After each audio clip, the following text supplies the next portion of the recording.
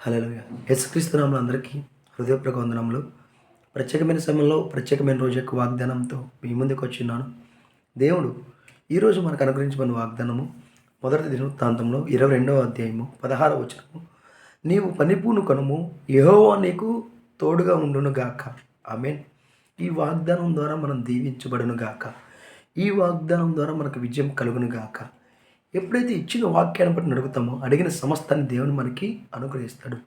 దేవుడు సమస్తం మీద నీకు అధికారం ఇచ్చున్నాడు.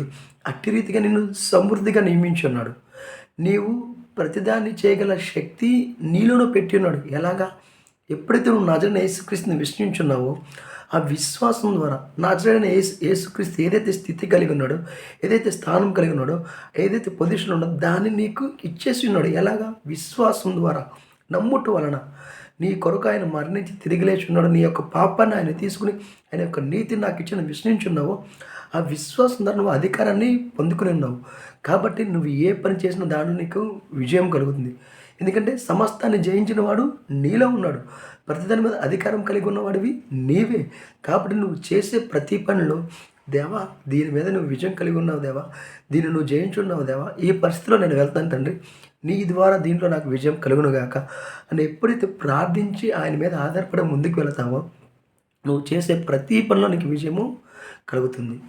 కాబట్టి నువ్వు చేసే ఏదైతే ప్రార్థిస్తున్నావో, నువ్వు ఏదైతే అడుగుతున్నావో, ఏదైతే వ్యాపారం చేస్తున్నావో, ఏదైతే ఉద్యోగం చేస్తున్నావో ప్రతి దాంట్లో నీకు సమృద్ధిగా మేలు కలుగును గాక. ప్రతి దాంట్లో నీకు ఘన విజయం కలుగును గాక. ఆమేన్. ప్రార్థించుకుందామా? స్తోత్రం మహోన్నతమైన దేవానికి వందలా స్తోత్రాలు చెల్లించుకున్నాం తండ్రి. ఇచ్చిన వాక్యాన్ని బట్టి నీకే కోట్ల స్తోత్రాలు చెల్లించుకున్నాం తండ్రి. ఇదిగోదండి ఈ వాగ్దానం ఉన్న ప్రతి ఒక్క ఫలాన్ని తండ్రి, ప్రతి ఒక్క ఫలాన్ని తండ్రి, ఇదిగోదండి వీడియో చూస్తున్న ప్రతి ఒక్కరి తండ్రి అనుభవించునుగా కానీ ప్రవచిస్తున్నాం తండ్రి. ప్రతి ప్రయాణాలు తండ్రి మీరే తోడే నడిపించండి తండ్రి. ఎవరికి ఏ సహాయం కావాలని మాకైతే సమస్తం తెలియదు కానీ నువ్వు సమస్తం తెలిసినోడు తండ్రి. కావాల్సిన ప్రతి ఒక్కరికి కావాల్సిన ప్రతి ఒక్క సహాయాన్ని అందచేయమని నజరేయుడైన యేసుక్రీస్తు నామములో అడిగి వేడుకుంటున్నాం తండ్రి.